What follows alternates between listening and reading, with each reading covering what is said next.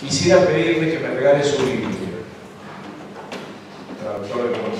Aunque él sabía, Lot sabía algo de Rusia porque había estado trabajando como misionero detrás de la cortina.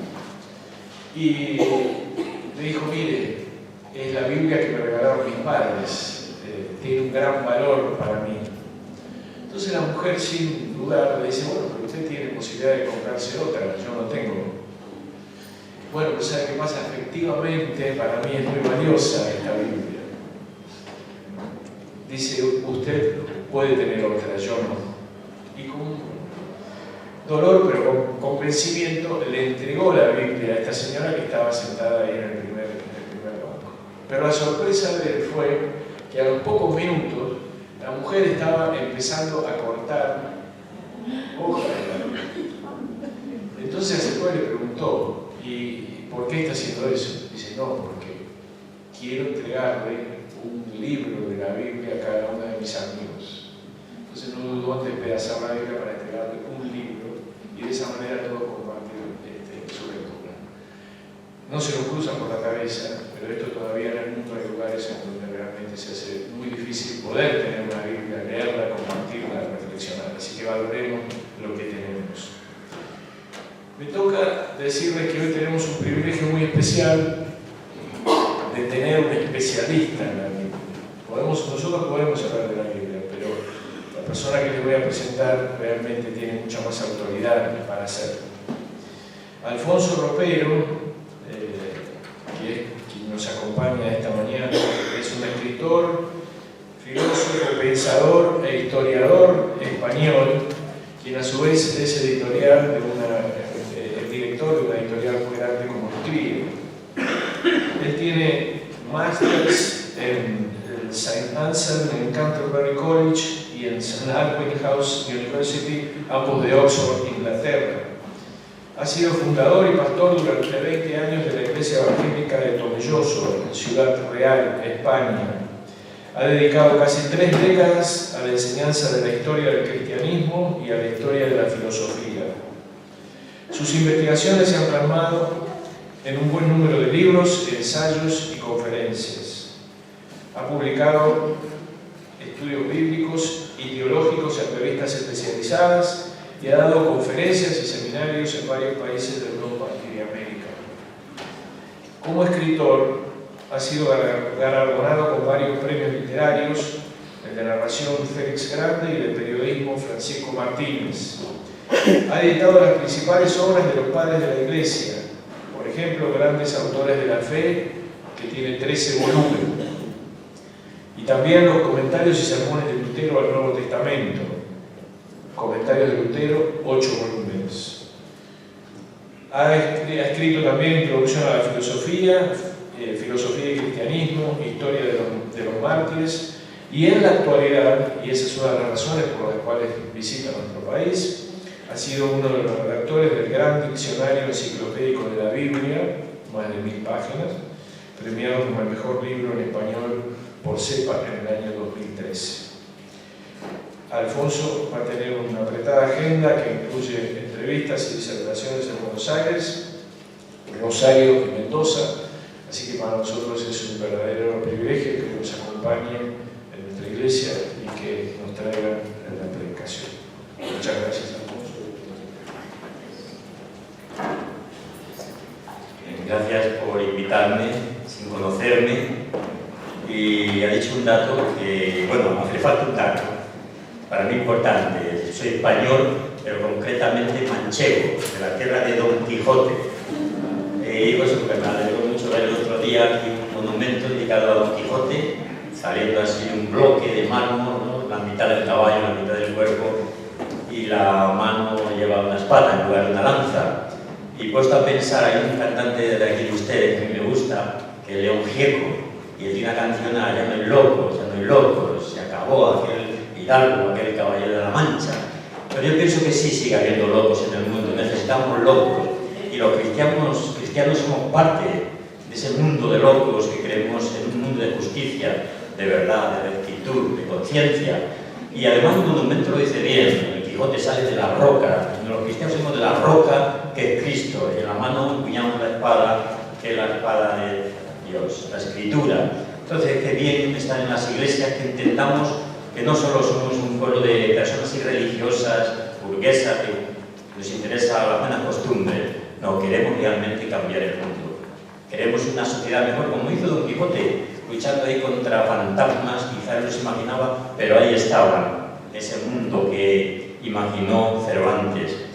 Y en esta mañana me gustaría compartir con ustedes un texto muy conocido, imagino, del Nuevo Testamento, en Mateo, el que habla de la transfiguración del Señor Jesús, otro gran loco de Dios. En el capítulo 17 se nos narra este evento en la vida de Jesús, que además aparece en el resto de los evangelios sinópticos, en Marcos y Juan, pero solo nos vamos a limitar a Mateo. Entonces, Mateo, capítulo 17, comenzando por el versículo 1. 6 días después, Jesús tomó a Pedro y a Jacobo y a Juan su hermano y los llevó aparte a un monte alto, y se transfiguró delante de ellos, y resplandeció su rostro como el sol, y sus vestidos se hicieron blancos como la luz. Y he aquí, les aparecieron Moisés y Elías hablando con él. Entonces Pedro dijo a Jesús: Señor, bueno es para nosotros que estemos aquí. Si quieres, hagamos aquí 3 enramadas, una para ti, otra para Moisés y otra para Elías. Mientras él aún hablaba, una nube de luz los cubrió, y aquí una voz de la nube que decía: Este es mi Hijo amado, en quien tengo complacencia, a él oíd. Al oír esto, los discípulos se postraron sobre sus rostros y tuvieron gran temor. Entonces Jesús se acercó y los tocó y dijo: Levantaos, no temáis. Y alzando ellos los ojos, a nadie vieron, sino a Jesús solo. Cuando descendieron del monte, Jesús les mandó diciendo: No digáis a nadie la visión, hasta que el Hijo del Hombre resucite de los muertos. Hasta aquí es la lectura de la palabra de Dios, y que Él la bendiga en nuestros corazones. El tema de la transfiguración marca un antes y un después en la vida de Jesús y de sus discípulos. De hecho, en el relato de Mateo y también de Marcos y de Lucas se encuentra casi en la mitad de la vida de Jesús. Es un acontecimiento que me gustaría reflexionar por las implicaciones que tiene para nuestra vida. Y comenzaremos desde el principio, porque en la transfiguración lo que ocurre es que de algún modo el cielo se abrió para revelar algo que la tierra no podía contener, la encarnación del Hijo. Pero comienza el relato bíblico diciendo 6 días después. Y este dato cronológico, ¿a qué obedece esta fecha? 6 días después de qué? ¿Por qué el evangelista, los 3 evangelistas se paran en narrar este dato, esta fecha? ¿Qué ocurrió 6 días antes que tengan que ver con la transfiguración o que de algún modo provocó la transfiguración? Bueno, pues 6 días después, una semana antes de subir al monte donde Él se va a transfigurar, ocurrió que las autoridades de Jerusalén enviaron a demandar a Jesús una señal, que les diera una señal para que ellos supieran si era el Mesías o no, porque Jesús era bastante parco en palabras respecto a su mesianismo. Y en después de haberse marchado aquellos, Jesús les advirtió a los discípulos de guardarse de la levadura de los fariseos. Y Jesús tenía intención o tenía interés, estando en Cesarea de Filipo, que ni era Galilea ni era Judea, está allí en la parte de los gentiles, le preguntó a sus discípulos: ¿quién dice la gente que soy yo? La gente estaba preguntándole: ¿quién eres tú? Pero Jesús tenía interés en saber qué decían los suyos, los que le acompañaban, qué imagen se estaban formando de Jesús. Y los discípulos, en el capítulo anterior, capítulo 16, versículo 14, ellos dijeron: uno dicen que eres Juan Bautista, otro Elías, gran personaje, el profeta por antonomasia de Israel, y otro Jeremías, y algún otro de los profetas. Así era Jesús tenido. Pero Jesús ya entiende y sabe la concepción popular sobre Él, pero tiene interés en saber la opinión particular de los suyos. ¿Y vosotros? ¿quién decís que soy yo? Y Pedro, como siempre, toma la delantera. Pedro, desde luego, ocupa un lugar importante en los evangelios, como un portavoz del resto de los 12. Era un hombre, pues así, muy decidido, y le dice, lleno de fe y de amor, tú eres el Cristo, el Hijo del Dios viviente. Más que un profeta, el Hijo del Dios viviente, el Mesías, el Hijo de Dios. Y Jesús le respondió que era bienaventurado porque Dios se lo había revelado. Y aquí es el momento cumbre también de la vida de los apóstoles. Habían llegado a percibir en Jesucristo no solo el Maestro, no solo el Mesías, sino el Hijo de Dios viviente. Pero el Señor Jesús dice que a partir de ese momento, cuando recibe esa confesión de fe de los suyos, versículo 21, dice, desde entonces, es decir, a partir de la declaración de fe en la divinidad de Jesús, Jesús comenzó a declarar a sus discípulos que le era necesario ir a Jerusalén y a padecer mucho de los ancianos, de los principales sacerdotes, de los escribas, y ser muerto y resucitar al tercer día. Esta declaración de Jesús, esta revelación cayó como una bomba. Sus discípulos se quedaron trastornados.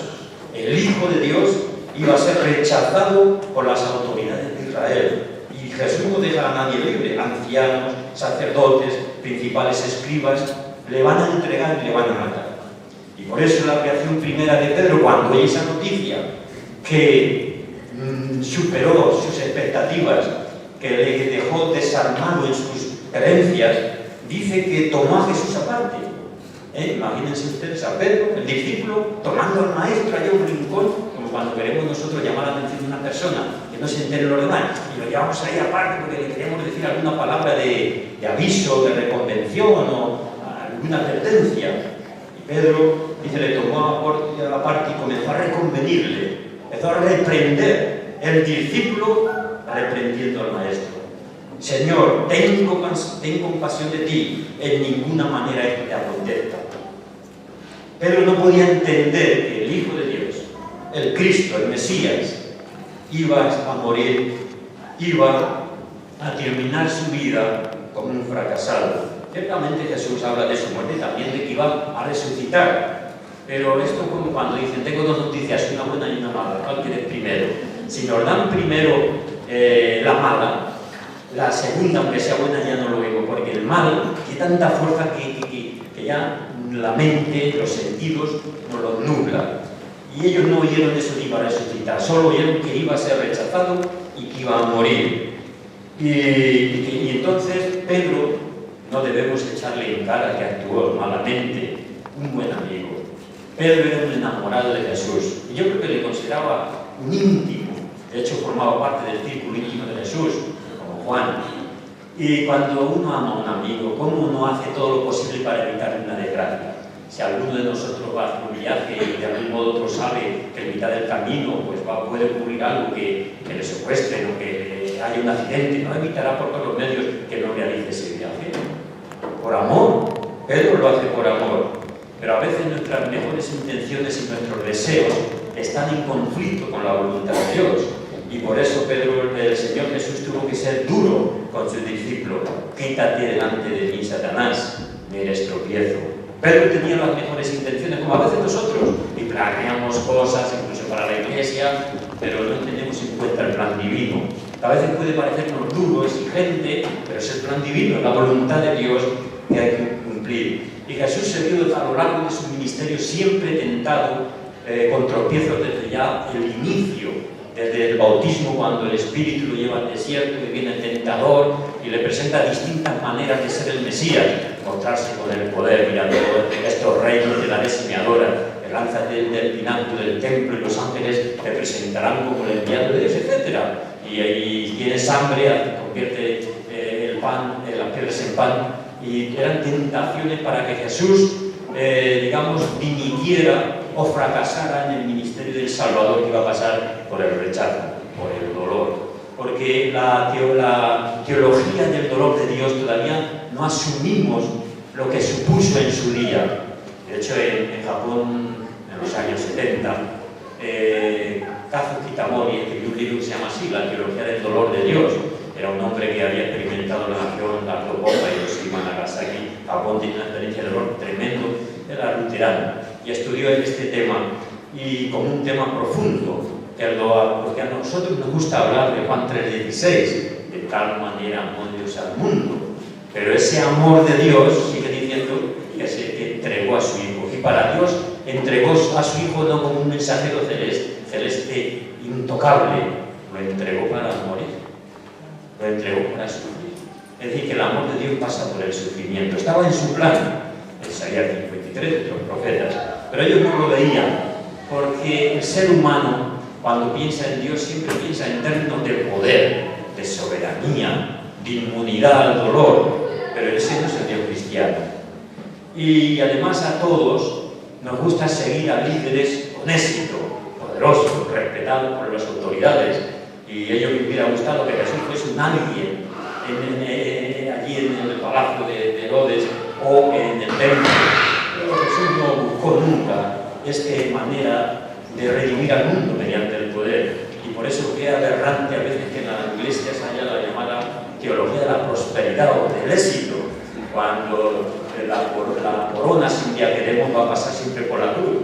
Decían los cuáqueros que no, el famoso, sin cruz no hay corona. Y a veces algunos lo ignoran y solo quieren la bendición de Dios en pasar por la voluntad, que hay que pasar del dolor.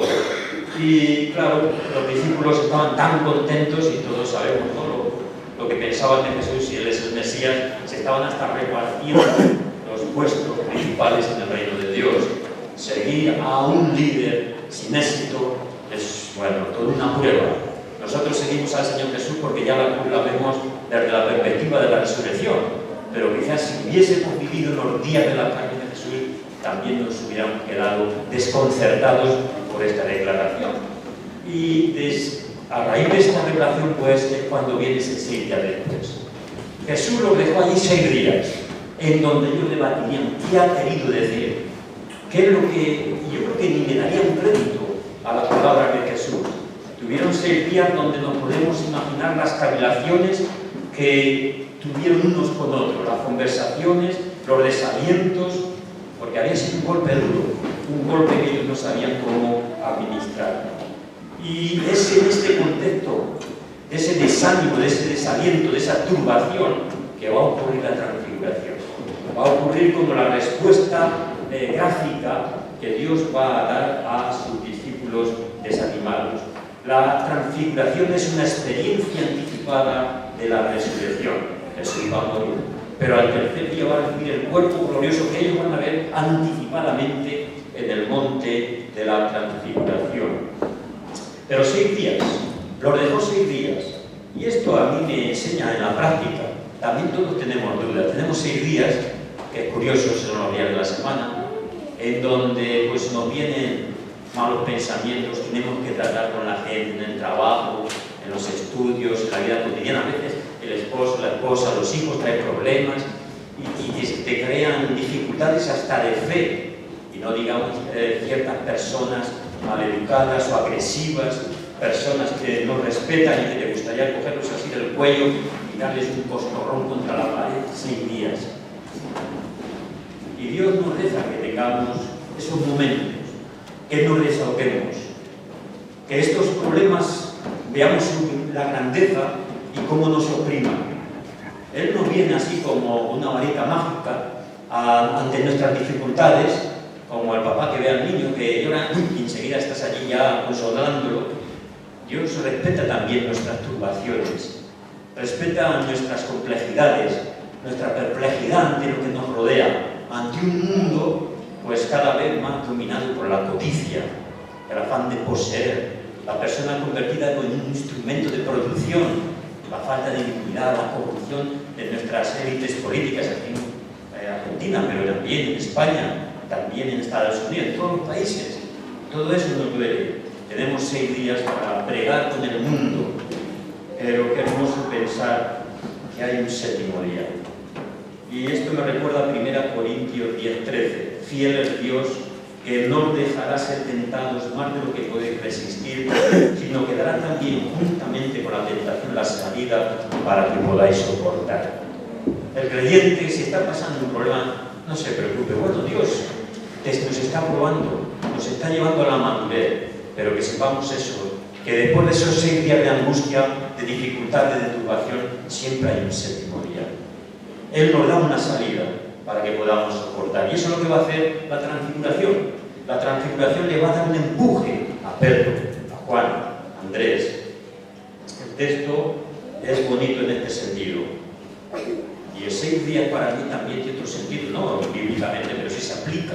Al fin y al cabo, la lectura de la Biblia no es solo por curiosidad lo que se dijo en otro tiempo, sino cómo la podemos aplicar a nuestra vida. Durante 6 días pues estamos cada uno en nuestras ocupaciones, pero llega el séptimo día, el día del Señor, el domingo, hoy. Y este es nuestro Monte Santo. Este es el momento en el que Dios puede manifestarse a nosotros y calmar nuestras inquietudes, nuestra ansiedad, con una palabra, con un cántico, con un hermano, con una oración, con la predicación, sin que el pastor lo piense, quizá toque el corazón y toque el problema que nos turba. Y decir, ¿por qué me ha pasado esto? ¿Por qué esta persona es así? ¿Cómo trato con tal? El séptimo día es el momento siempre que Dios elige para darnos una respuesta. Y ahí la importancia no de venir al culto como un cumplir nuestros, digamos, deberes cristianos, sino como una ocasión de poder experimentar la respuesta de Dios, la presencia de Dios, la transfiguración que Dios quiere realizar en sí y también en nosotros mismos, como vamos a ver a continuación. Dice que después de esos 6 días, tomó Jesús a Pedro, a Jacobo y a Juan su hermano, y se lo llevó aparte a un monte alto. Aquí la verdad este texto para mí es turbador también. Los 12 apóstoles recibieron la revelación de que Jesús iba a morir y ser rechazado por las autoridades de la nación. Los 12 apóstoles tenían la misma angustia y la misma confusión, y sin embargo, Jesús solo toma a 3. Pedro, Jacobo y Juan su hermano.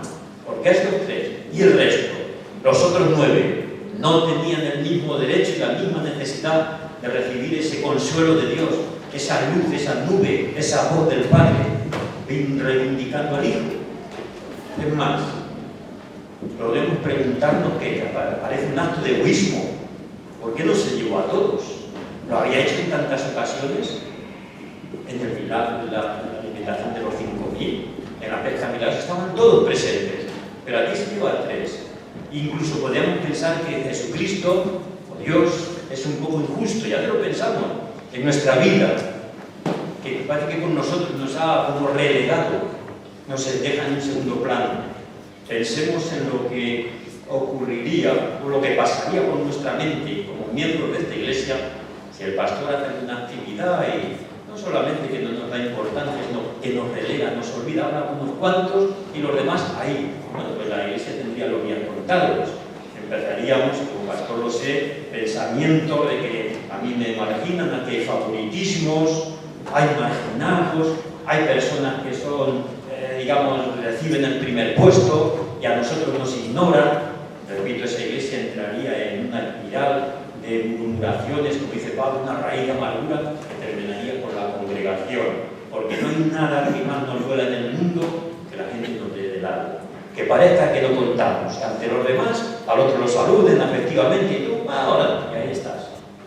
Y eso es lo que hace aquí Jesús. ¿Y por qué? ¿Por qué tiene esta actuación el Señor Jesús?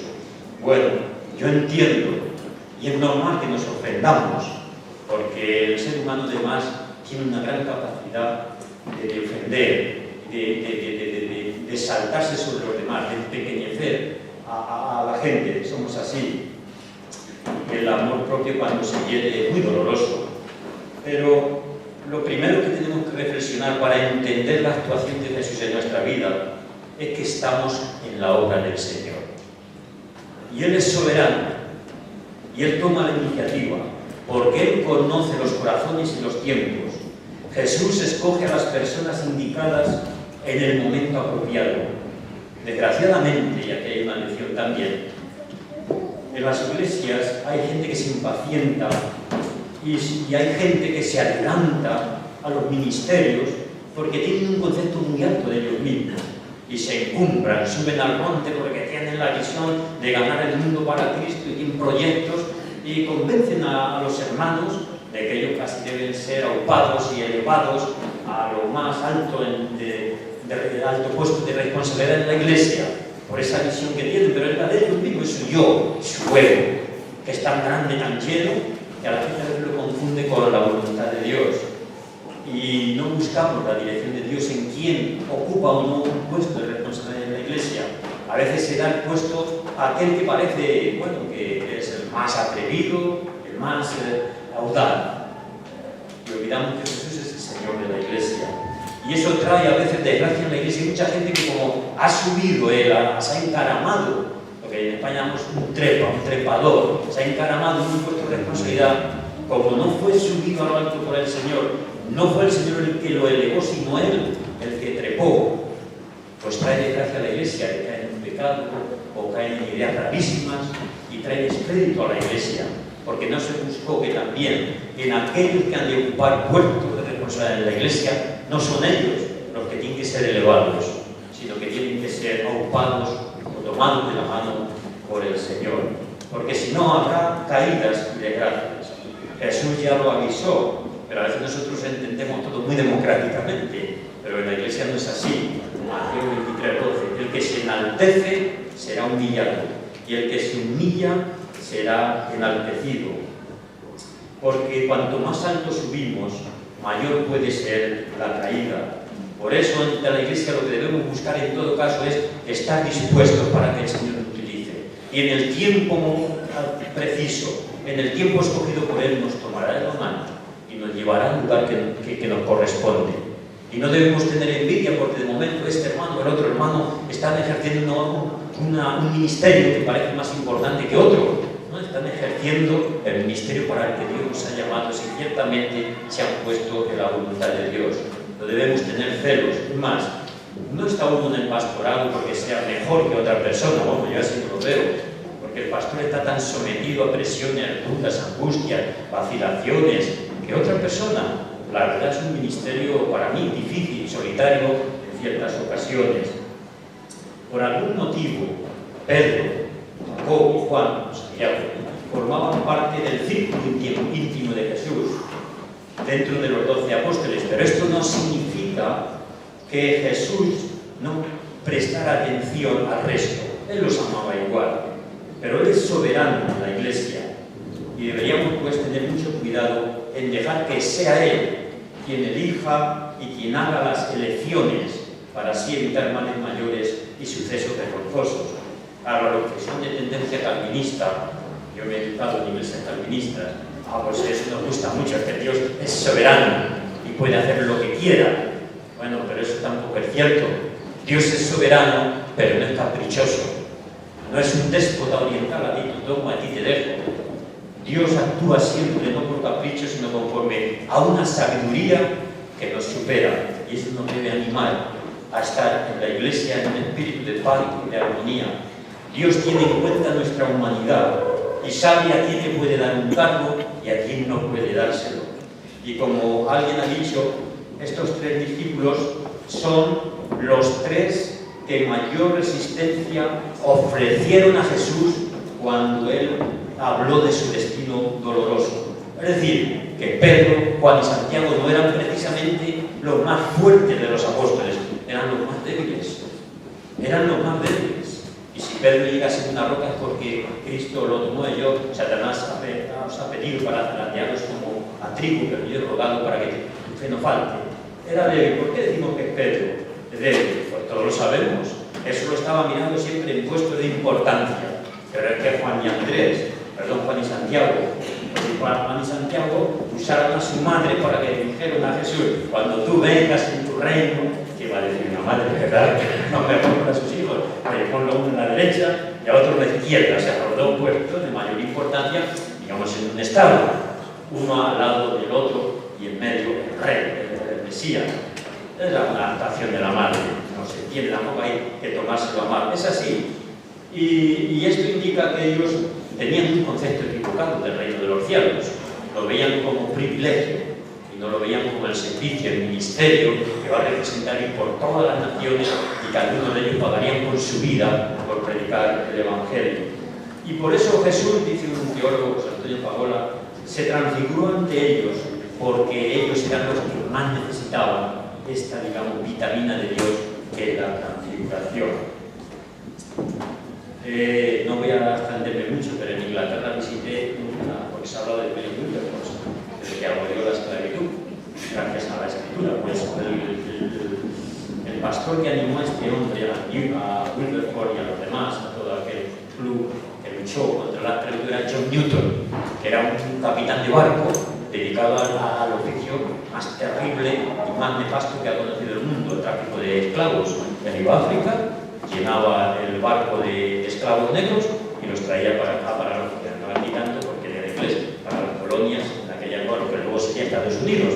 Era un oficio ciertamente de inhumanidad, porque mucha gente moría en el trayecto y el trato se les cargaba como animales terribles. Era la vida como diríamos, se envilecía, ¿no? Y este hombre un día fue ganado por el Señor, y de hecho todos saben que la canción, el himno tan bonito que hasta a nivel secular la gente lo canta, Amazing Grace, gracia asombrosa, la escribe John Newton. Cuando él se convierte, ¿no?, con un pecador como yo, porque lo era, un hombre que fue castigado, como respuesta a ese gran amor de Dios que él tiene ante ese miserable dedicado a ese tráfico, ese trabajo tan inhumano, al convertirse. Entonces él se hace pastor y en Olney, allí en Inglaterra, pues tiene su iglesia, y yo tuve la ocasión de ir a verla aquí, subía su púlpito, lo toqué a ver si me transmitía algo de su radio, ¿no? Bueno, aparte de eso, ya en su cuenta que, bueno, él llegó a ser muy reconocido por todos los, digamos, el sector cristiano más avanzado, tanto en las cortes como en las iglesias, por su testimonio y por el poder de su palabra. Y bueno, él cuando ya se jubila, viene un pastor joven que va a ocupar su puesto y pasa ya a la casa del anglicano, a la casa pastoral, y este pastor tratando de agradar a John Newton: ¡ay, qué feliz estoy, qué bendecido soy de estar aquí en este lugar de santidad, en este templo de alabanza, cuántas horas de oración, cuántas horas de estudio, cuánta meditación para el Señor! Y ya John Newton, ya cansado de esa alabanza. Sí, pero ten cuidado, porque por ese rincón puede estar el espíritu de la duda, por el otro de la desesperación, por allí está el cansancio. Es decir, que no todo es oro, como se dice, lo que reluce. El ministerio también lleva unas cargas muy fuertes, y por eso escoge a Pedro, que va a llevar una responsabilidad para alentarle, para que no se eche atrás. Bien, y tan pronto ocurre esto, vemos que llegan al Monte Alto. No voy a alargarme también, pero es muy importante el Monte Alto, porque los judíos siempre eran muy enemigos.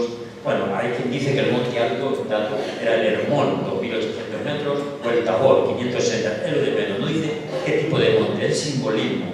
El monte siempre ha tenido un simbolismo religioso, bueno, en todas las culturas. De la montaña, hemos oído hablar del Olimpo, la morada de los dioses de Grecia, pero que lo mismo hay en Japón, hay otra morada de los dioses en cualquier lugar. Es más, en Egipto, que no hay casi montañas, ellos edificaban una montaña artificial, las pirámides, porque la montaña es un símbolo muy poderoso del acceso a lo divino. Son lugares de ascenso y se supone, por ejemplo, las grandes, los figurantes de Babilonia, en el alto de estas torres escalonadas había un templo donde allí solo subían. Y bueno, y si vamos aquí a Mesoamérica y todo, pues los mayas, los aztecas también hacían pirámides, y en lo alto de la pirámide el dios al que se consagraban o se hacían sacrificios. Son símbolos, repito, que la escritura respeta y que necesitamos nosotros también, porque aquí en la llanura está la vida cotidiana, la actividad. En una sociedad moderna están los gases, los coches, la vida frenética. En lo alto, pues digamos, primero el ascenso significa un esfuerzo, es como un camino iniciático, y luego ya el aire puro, la visión magnífica desde las alturas. Y él les lleva por eso a ese lugar, salirse del fragor del mundo en el que estamos rodeados. Y los judíos tenían hacia los lugares altos una especial tirriamanía, en hebreo amor, porque allí en lo alto de las montañas los cananeos y algunos judíos practicaban ritos idolátricos, y por eso los profetas siempre están hablando contra los lugares altos, que hay que destruirlos. Pero el simbolismo de la altura se introduce en Jerusalén, que se llama la ciudad asentada en lo alto. Y cuando iban de peregrinación hacia Jerusalén, subían hacia lo alto, el monte santo de Jehová. Los cantos graduales, conforme iban subiendo, ellos iban cantando los salmos. Y no tienen importancia peruana, yo creo que sí que hay que respetar los símbolos religiosos. Decía Kierkegaard que la ascensión es un símbolo de unión con la divinidad. Hay un texto, de lo que estamos hablando, del Salmo 121, 1 y 2, que dice: alzaré mis ojos a los montes. ¿De dónde vendrá mi socorro? Mi socorro viene de Jehová, que hizo los cielos y la tierra. Así, esto nos indica que cuando estamos pasando en momentos de dificultad, cosas que no entendemos, cosas que nos angustian, alcemos los ojos a los montes. Hacemos los ojos, tengamos la capacidad de entender, de meditar, de tomar conciencia de aquello que está por encima de todo lo que nos atribula aquí en la tierra. Y que pensemos también que de algún modo venir a la iglesia es como un ascenso. Es un camino que tomamos de venir a ponernos en esa disposición. Alzaré mis ojos al Señor, que hizo los cielos y la tierra, porque de Él viene mi consuelo. Y se transfiguró de repente, inesperadamente, nada más llegar a lo alto. Bueno, esto es un misterio asombroso y que nos sorprende un poco, porque siendo tan importante resulta que es silenciado del Evangelio de Juan. Y cómo siendo tan importante Juan lo silencia, pasa por alto.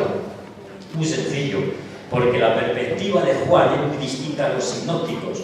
Él ya comienza con el Jesús transfigurado, visible en Juan capítulo 1, desde el principio, y vimos su gloria como del unigénito del Padre. Todo el Evangelio de Juan se escribe desde esta perspectiva, la perspectiva de la transfiguración. Luego, no es que él ignore el hecho, sino que lo narra de otra manera. Se transfigura, también otra anécdota, a lo mejor no interesa, pero como la imaginación es tan grande y el cerebro no para, no descansa nunca, se ha hablado muchas especulaciones sobre qué fue la transfiguración. Yo sé que eso no ocurre en esta congregación, pero en España hace unos años se hizo y llegó aquí, no sé, una serie de libros, total 8 o 9 ejemplares, ya que se llama Caballo de Troya, de un periodista llamado Juan José Benítez. Se hizo famoso, se han hecho películas. Bueno, la teoría básica de este libro, que ya repito, como esto de Dan Brown, el Código da Vinci, pero antes de él fue Rodrigo, decía que esta transfiguración en el Monte Alto era un encuentro en la tercera fase, que lo que realmente Jesús tuvo en aquel es un encuentro con la nave nodriza, que en teoría le había enviado una civilización superior, y que Elías, que se aparece a Jesús y Moisés, pues eran, digamos, esos dos compañeros de otro planeta que están ahí alentándolo a que siga con su tarea. Y ya imaginan ustedes que eso tuviera tanto éxito. De hecho, algunos miembros de mi iglesia me molestaba que hasta se lo tomaran en serio, porque aquello no tenía que en mi cabeza, y solo se le puede responder con la palabra de Dios, ¿no? En 2 Pedro 1 y versículo 16, cuando dice el apóstol: no hemos dado a conocer el poder y la venida de nuestro Señor Jesucristo siguiendo fábulas artificiosas, sino como habiendo visto con nuestros propios ojos su majestad.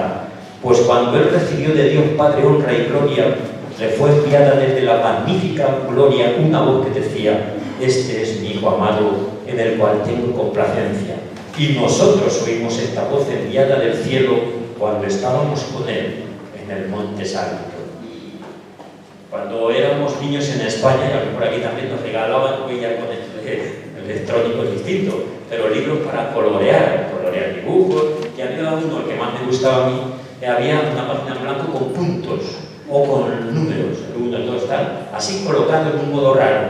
Si uno iba viendo el 1, el 2, el 3, al cabo de un tiempo aparecería, no sé, un león, una persona, una espada, una nave, un barco, pero había que seguir el orden de los puntos.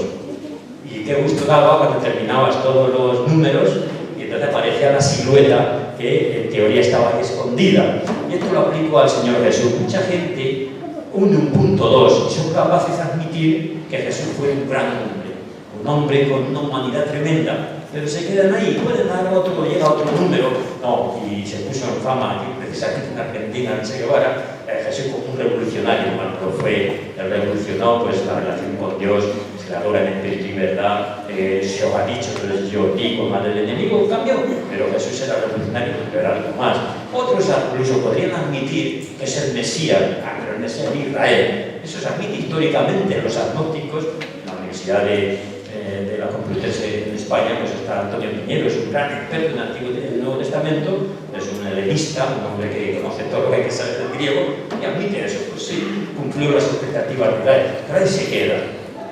Que ya llegado hasta el quinto o sexto punto. Y lo mismo le pasaba a los contemporáneos de Jesús, y cada uno habla de Jesús el compañero, el amigo que nunca falla. Pues sí, es verdad, es el amigo que nunca falla, pero es más. Y la transfiguración nos enseña que tenemos que completar todo el dibujo. No podemos quedarnos a la mitad ni al principio. Para tener una idea adecuada de Jesús tenemos que completar todos los puntos que la revelación de Dios nos indica, todos los números. Y entonces tener esa visión completa. ¿Qué es lo que ocurre aquí? Dios va a reivindicar a su Hijo. Están allí en el monte, y ya lo habían dicho los profetas, dice, en medio de ti y de tus hermanos yo levantaré a un profeta como Moisés. Y por eso está aquí, ¿quién? Moisés y Elías, los dos representantes más altos del Antiguo Testamento. Uno a la ley y otro a los profetas. Y fíjense que dice que Moisés y Elías hablaron con Jesús. Jesús no habló con ellos. ¿Por qué? Porque Jesús era superior que Moisés y Elías. Son ellos los que hablan con él, dando a entender la supremacía de Jesús. Y digo eso porque si una cosa me molesta en las iglesias, aparte de la teología de la prosperidad, aunque quiero que la gente sea próspera, pero con el trabajo, el ahorro y el bien hacer, es los judíos mesiánicos. Que el pensamiento griego ha tergiversado la Biblia, que hay que volver al pensamiento hebreo, y sabéis que se cambian, allá dicen Jesús, Jesús, y así, usan nombres, y algunos casi llegan a circuncidar. Y no se dan cuenta de la radical novedad de Jesús, de la superioridad de Jesús respecto a todo lo que pueda ser judaico. Ahí están Moisés y Elías rindiendo pleitesía a Jesús y al ministerio que va a hacer. Porque Él no solo el Mesías, eso no vamos a entrar ahora, Él es el Salvador no solo del pueblo de Israel, sino de todo el mundo. Pablo le llama el segundo Adán, el que inicia una nueva humanidad, no ya el que inicia una nueva iglesia o un nuevo pueblo espíritu de Dios.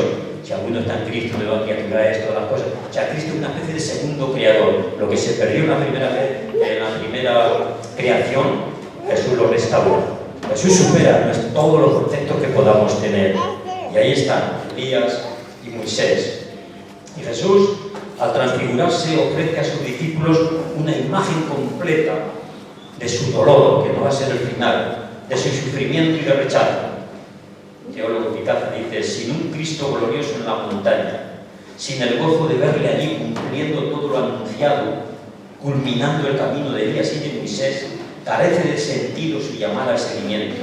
Solo si subimos a la altura del misterio, entenderemos la voz de Dios para seguir a su Hijo Jesús. Cuando ascendemos a la altura de toda la revelación bíblica o cristiana que Dios nos da, entendemos el plan divino y nos llenamos de gozo, como todo tiene un sentido. No podemos conformarnos con una figura de Jesús a ras de tierra o limitada. Necesitamos al Jesús pleno, el Jesús total, el Jesús que nos revela el gran misterio de la salvación. Le acompañamos al monte alto para saber más de él.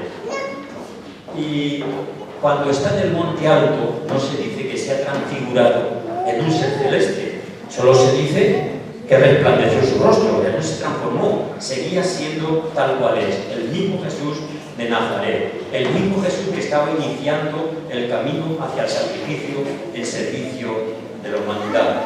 Por eso la escena de la gloria en la montaña no es la negación de la cruz en el Calvario. Esta transfiguración pascual solo tiene sentido al insertarse en el camino de la entrega de su vida. Por eso esta escena está situada en el momento clave de la vida de Jesús, cuando Jesús ha decidido tomar el camino de la entrega, de la muerte en favor de los demás, para darnos la vida. No hay corona, he dicho antes, si no hay cruz. La vida cristiana no es solo comunidad, sino tensión. No es seguridad, sino también riesgo. No es evasión, sino entrega. Por otra parte, es igualmente cierto que la cruz siempre esconde la corona. Y Pedro está tan contento que le dice: esto es lo más grande, hagamos aquí 3 enramadas, o sea, como 3 tiendas de campaña, donde vamos a estar, porque Pedro ya dio la solución a sus problemas. Estamos exagerando, le vamos a poner imaginación al texto. Pedro todavía no ha entendido, y Pedro como que quiere distraer a Jesús de su intención de ir a Jerusalén y ser entregado y muerto. Lo quiere también distraer. Hagamos 3 enramadas, aquí 3 lugares para estar nosotros confortables. A ver si se le olvida eso de morir. Todavía no entendía. Y por eso el Evangelio de Marcos dice que Pedro no sabía lo que decía. Ciertamente no lo sabía. Porque a todos nos gusta ciertamente evitar las situaciones difíciles.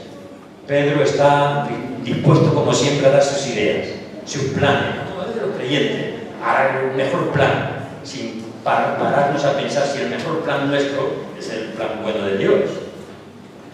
A veces que hacemos de nuestra experiencia la Biblia, como Pablo. No, la experiencia no es nunca nuestra guía. Entonces estamos perdidos, es la revelación de Dios. Y es propio de lo humano querer parar la historia de la salvación, de tenerla en un punto deslumbrante. El punto deslumbrante era la transfiguración, no la cruz, pero estaba equivocado. Y por eso, tan pronto él dice esta palabra, que vemos además el espíritu divisorio. Hagamos 3 tiendas, para ti, para Moisés y para Elías, ¿no? Los cristianos ahí somos muy de yo de tal, yo de cual, etc. No, de igual. Dice que mientras Pedro hablaba, sin saber lo que decía, recibe una respuesta. Versículo 5. Una nube de luz los cubrió. La nube de luz es el símbolo de la presencia divina, de la gloria de Dios. Y va a callar la boca a Pedro. Es natural, él estaba desbordado por el espectáculo glorioso de su maestro, pero la gloria de la nube le va a dar la respuesta. Frente a la idea de Pedro de 3, que es algo divisorio, es una sola nube, un solo Dios, un solo Señor, el que va a venir. Y desde esa nube surge la voz que siempre debemos estar nosotros pendientes: este es mi Hijo amado, a él oír, a él atender, a él prestar atención. La nube, repito, es ese símbolo de la presencia del Dios que cubre a todos, anticipando el tiempo escatológico, cuando Dios será todo en todo. 1 Corintios 15:28, Apocalipsis 21:3. Es la presencia definitiva de Dios en su pueblo. Sabemos que se manifestaba en el tabernáculo, en el desierto, en esa nube que acompañaba. Y ese amor del cielo no nos lleva a que nos detengamos ni en los profetas ni en la ley, sino en la radical novedad de Jesucristo. En la radical novedad, lo que trae Jesucristo a este mundo, lo que Él aporta en la historia de la salvación, a Él oír. Porque qué fácil es a las iglesias desviarse de su atención de Jesucristo, de desviar la mirada de aquel que es el autor y consumador de la fe, y estamos pendientes porque hasta en las iglesias hay modas teológicas, o ponemos atención a palabras de hombre que tienen aparente prestigio, en lugar de estar buscando siempre la voz de nuestro Jesús. Porque es a Él a quien el Padre ha dado autoridad y para que le oigamos en exclusiva. Decía un místico español, San Juan de la Cruz, todo lo que tenía Dios que decir lo ha dicho en el Hijo. Y por eso tenemos que escuchar siempre al Hijo, porque en Él se revela todo lo que tenemos que aprender para nuestra vida espiritual. Moisés estará en el cielo, pero no estará como la ley, sino como testimonio de Cristo.